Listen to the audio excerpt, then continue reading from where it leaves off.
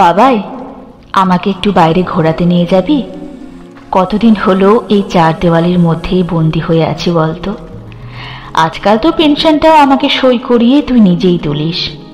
বড্ড ইচ্ছে করে রে। 65 বৎসরের বিধবা সুমনা দেবী একমাত্র ছেলে রাজীবের কাছে আবদার করে।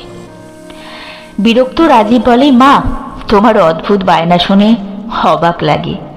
বেশ তো সময় মতো খাচ্ছ, দাচ্ছ, ঘুমাচ্ছ। রোগ হলে ডাক্তার কাকু এসে দেখে যাচ্ছে। কাজ বলতে তো খুন্তি নাড়া, মায়া দুটো সব জোগাড় করে দিয়ে যায়। আর আমরা দুজন অফিসে বেরিয়ে গেলে বান্টিকে দেখভাল করো, তাও তো স্কুল থেকে ফেরার পর।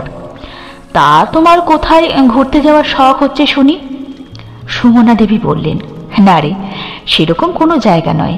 খোলা আকাশের নিচে মুক্ত বাতাসে কিছুক্ষণ থাকতে চাই। রাজীব রেগে গিয়ে বলে, মা, এসব ছেলে মানুষই বন্ধ করো। এত সুখে আছো তবু তোমার পোষাচ্ছে না। জানো, কত মানুষ আছে যারা বৃদ্ধ মা বাবাকে বৃদ্ধাশ্রমে রেখে আসছে। তুমি তো আরামে আছো। আর কিছু বললেন না সুমনা দেবী। একটা দীর্ঘ নিঃশ্বাস পড়ে। মনে মনে ভাবেন, একটা সময় কর্তা বারবার বলার সত্ত্বেও ছেলের পড়ার ক্ষতি হবে ভেবে কোথাও ঘুরতে যাননি।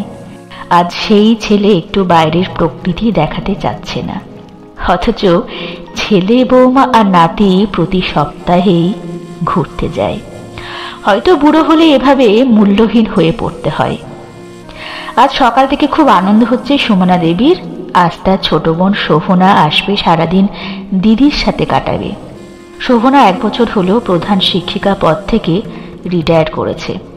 এক ছেলে, এক মেয়ে, সুপ্রতিষ্ঠিত।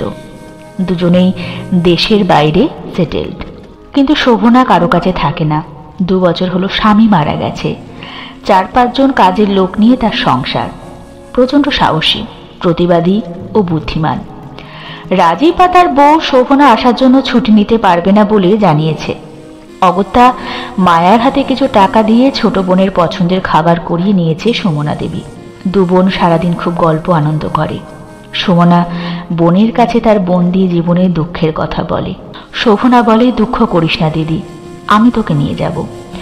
অনেকদিন তো অন্যের জন্য বাঁচলি, এবার নিজের জন্য একটু বাঁচতে শেখ। এখন কাউকে কিছু বলবি না, সব ব্যবস্থা করি, তারপর যাবার আগে জানাবি।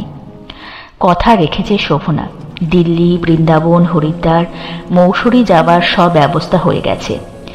গোপনে গোছগাছ করে ফেলেছেন।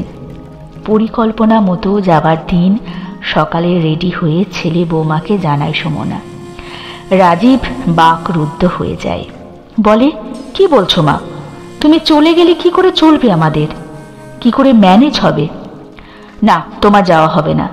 সুমনা বলে, তা একটু কষ্ট তোদের হবে, তবে আমি অনেকদিন আদর্শ বউ, আদর্শ মা, আদর্শ শাশুড়ি, আদর্শ ঠাকুমা হয়ে কাটালাম। এবার একটু নিজেকে ভালোবাসতে চাই, নিজের অস্তিত্বটাকে জাগাতে চাই। তাই আমার সিদ্ধান্ত পাল্টাবে না। রাগত স্বরে রাজীব বলে, এই ঘর থেকে একবার বেরোলে আর এই ঘরে ঠাঁই পাবে না। সুমনা দেবী বলেন, তুই বোধ হয় ভুলে যাচ্ছিস বাবা, এই বাড়িটা আমার নামে আছে আর আমার পেনশন আছে। তাছাড়া ওখান থেকে ফিরে আমি কিছুদিন শোভনার কাছে থেকে বিশ্রাম করব। তারপর তোরা যদি চাস তো আসবো না, না হলে 2 বোনেই বাকি জীবনটা একসাথে কাটিয়ে দেব। বাইরে গাড়ির হর্ন শুনে ট্রলি ব্যাগটা টেনে দরজার দিকে এগিয়ে গেল সুমনা দেবী। হতভম্ব রাজীব অবাক হয়ে মায়ের গতিপথের দিকে তাকিয়ে রইল।